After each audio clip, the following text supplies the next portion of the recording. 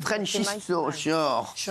C'est quoi ça? Oui, il y a une polémique. Ah oui, l'émission. Oui, c'est l'émission de télé-réalité. Oui, alors. Donc 10 jeunes sont dans une villa, 5 garçons, 5 filles, Ouais. ils font la fête. C'est une émission hyper sexualisée. Tu veux. Il y a un scandale sexuel qui vient d'éclater, porté par Cara. Donc c'est une candidate du Ah oui, programme elle est venue, non? qui est diffusée sur Paramount, voilà, et qui a révélé sur X qu'elle a été victime d'agressions sexuelles de la part de participants. Ah oui, c'est vrai. Alors en fait, elle a mis sur X qu'elle a été victime de 2 agressions sexuelles perpétrées par un même individu avec la complicité présumée de l'ex-compagne du garçon en question.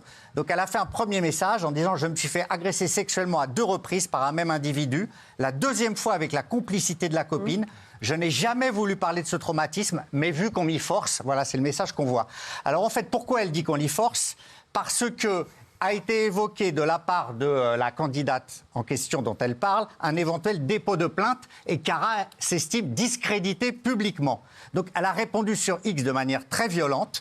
Donc ça va jusqu'en justice parce que les avocats des 2 en question, Julie et Melvin, attaquent pour diffamation publique parce que Melvin, à cause de cette histoire, aurait été exclu injustement selon ses avocats de l'émission. Voilà. Donc je pense qu'une enquête judiciaire nous dira la vérité et la réalité de ces agressions sexuelles présumées, Cyril. Merci Gilles Verdez.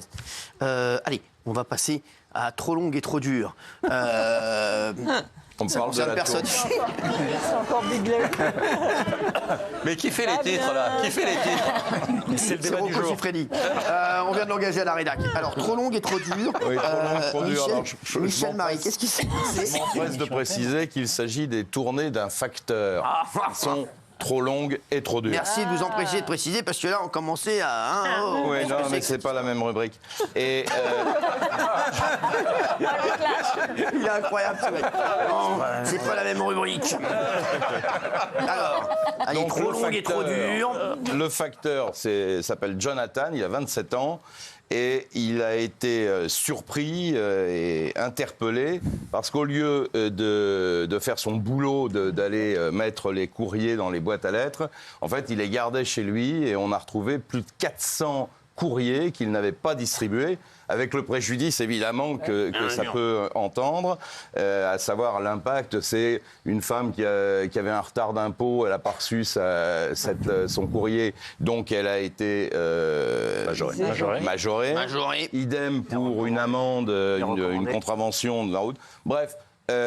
On retrouve les courriers. Lui s'explique en disant qu'il a effectivement fait un mauvais choix et qu'il comptait quand même se mettre un jour à faire son travail.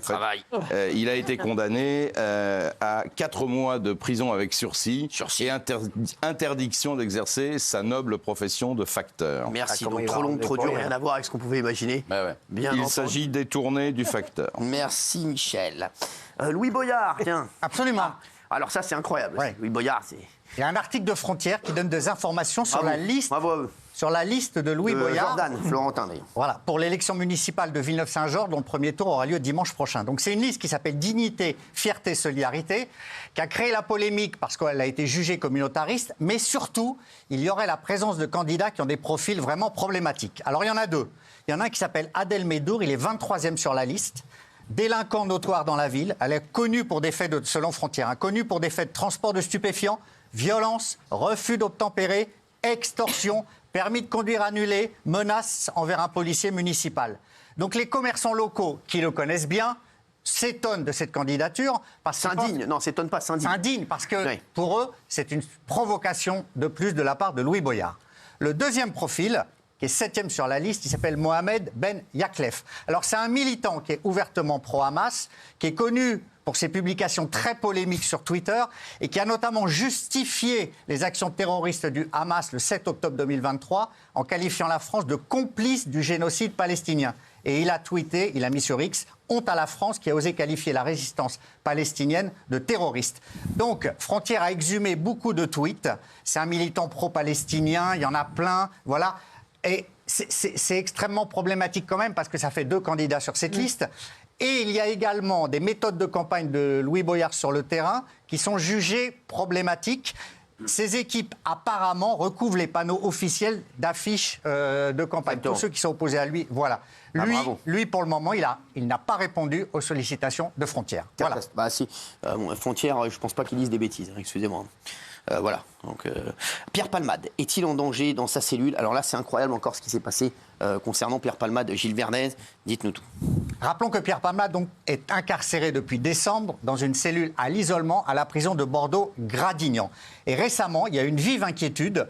Vous savez qu'on avait évoqué un problème de porte entre le quartier d'isolement et la séparation de la prison. Mais c'est bien plus grave, puisqu'il y a eu une intrusion dans sa cellule qui a suscité de vives inquiétudes.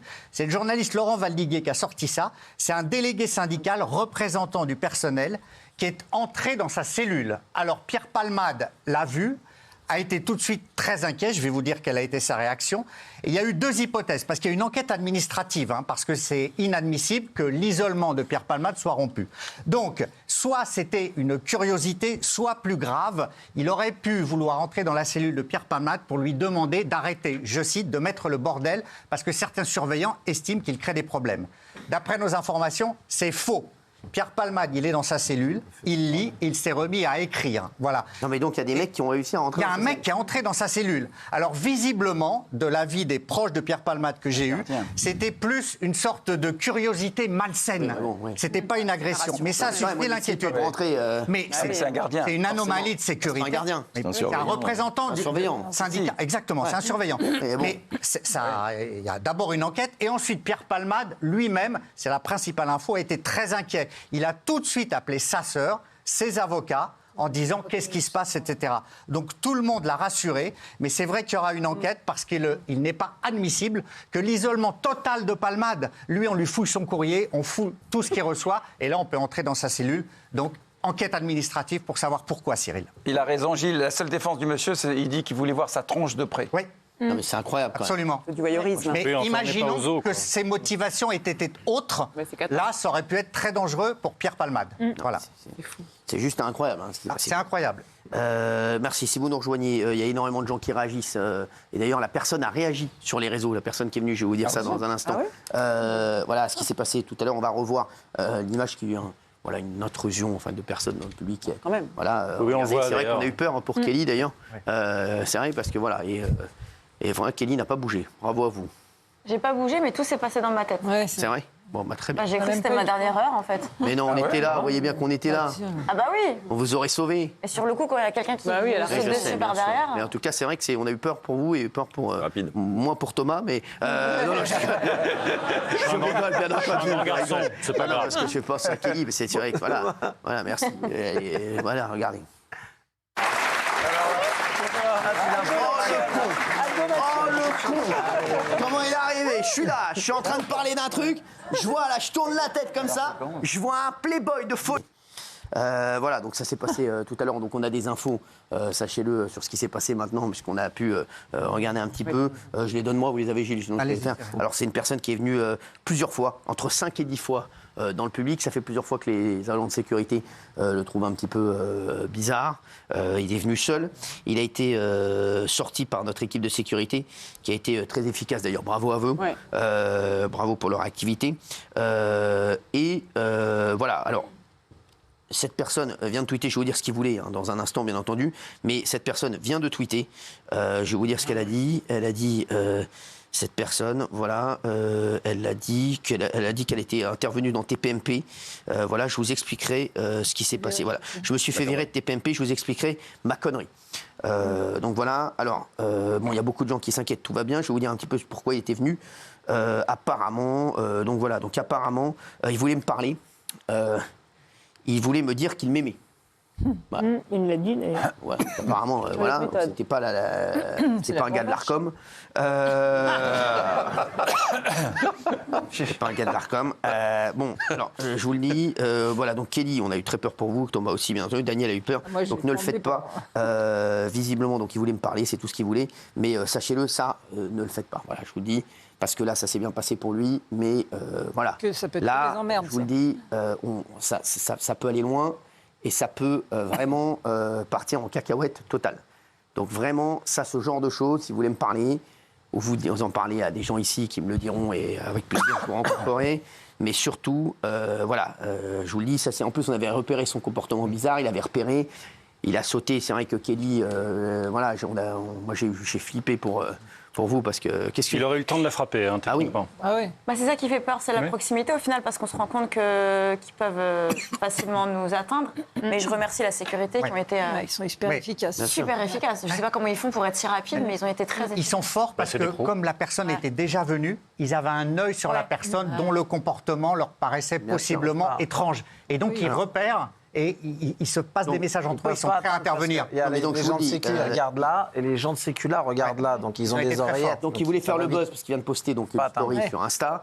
Ça a faire le buzz, mais je vais vous dire, là, on a des consignes drastiques de sécurité. Je donne des consignes, vraiment de consignes de sécurité, ils le savent, drastiques. Donc je vous le dis, voilà, il ne faut pas faire ça parce que ça peut partir vraiment loin. Et même moi, voilà, je peux mal réagir. Donc voilà, ne le faites pas. Non mais c'est vrai. Voilà, voilà. Donc là, ça s'est bien terminé. Mais et franchement, ne le faites pas. Je dis ça surtout pour vous. Et même, voilà, pour les chroniqueurs, c'est pas agréable, voilà, de vivre ça. Mon Thomas, je sais. Mon Thomas, ma Dani, Kelly. Moi, très honnêtement, j'ai même pas eu le temps. Ils ont été tellement rapides, j'ai même Je pas eu le sais, temps d'avoir ouais. peur. Ouais, mais quand Non, ça non, vient de derrière et qu'on ouais, ne sait bien pas, sûr. c'est Ah, c'est vraiment toujours fort. embêtant. Ça, en plus, vous, ça fait longtemps que c'est pas venu de derrière. donc, allez, merci à tous. Allez, tout de suite, film sur C8. Merci.